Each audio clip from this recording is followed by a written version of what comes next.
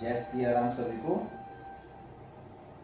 क्या आपको महाराज जनक के पूरे कुल की जानकारी है?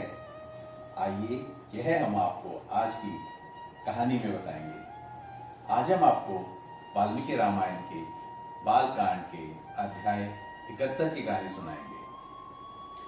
तो जब महर्षि वशिष्ठ ने महाराज जनक और उनके छोटे भाई कुशध्वज को इक्ष्वाकु कुल के बारे में बताया तो महाराज जनक ने कहा कि कन्या के पिता होने के नाते अब मैं आपको अपने कुल के बारे में बताऊंगा। और उन्होंने फिर अपने कुल के बारे में बताना आरंभ किया। उन्होंने बताया कि बहुत समय पहले एक राजा होते थे जिनका नाम था निमि, और हमारा कुल उनसे आरंभ होता है।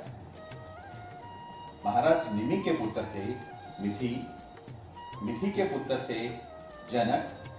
वो हमारे कुल के पहले जनक थे और उसके बाद से हर राजा को जनक ही बोला जाता है।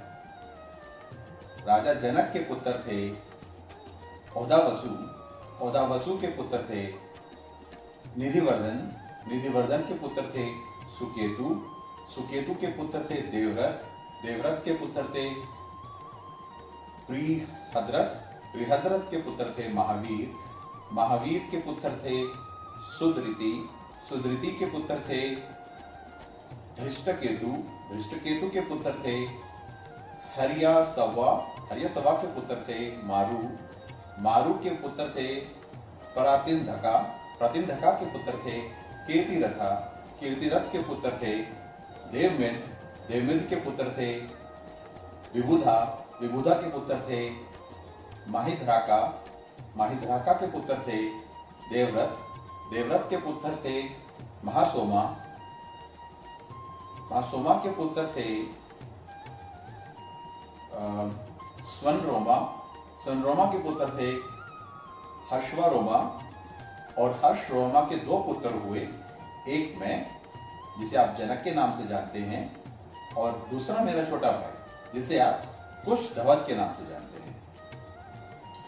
कुछ समय पहले सामकाश देश के जो बहुत बलशाली राजा थे जिनका नाम था सुधन्व, सुधम ने मिथिला के ऊपर आक्रमण कर दिया और उन्होंने कहा कि मैं उन्हें शिव का धनुष और सीता दोनों दे दूं, परंतु युद्ध में मैंने उन्हें अपनी तलवार से मौत के घाट उतार दिया। और तब से मैंने अपने छोटे भाई को कुशध्वज को समकाश का राजा घोषित कर दिया।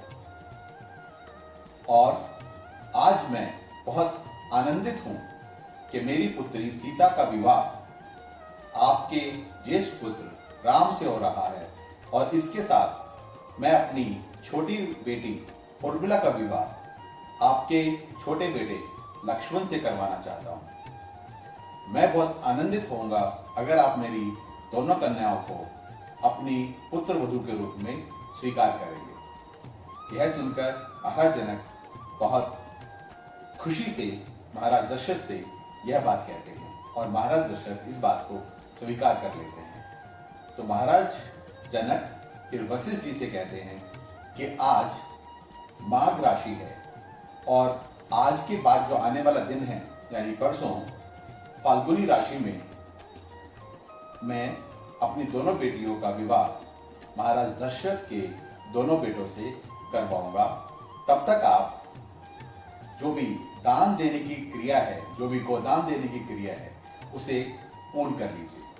और इस प्रकार से आज का अध्याय संपन्न होता है। आपने आज महाराज जनक की पूरी पीढ़ी के बारे में सुना और कल हमने आपको महाराज दशरथ के पूरी पीढ़ियों के बारे में बताया था।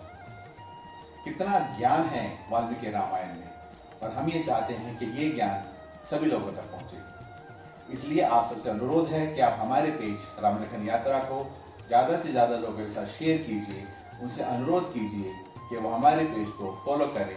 और आप सभी लोग सुनते रहिए प्रभु राम की कहानी, भक्त मन्नु की जवानी। जय सिया राम।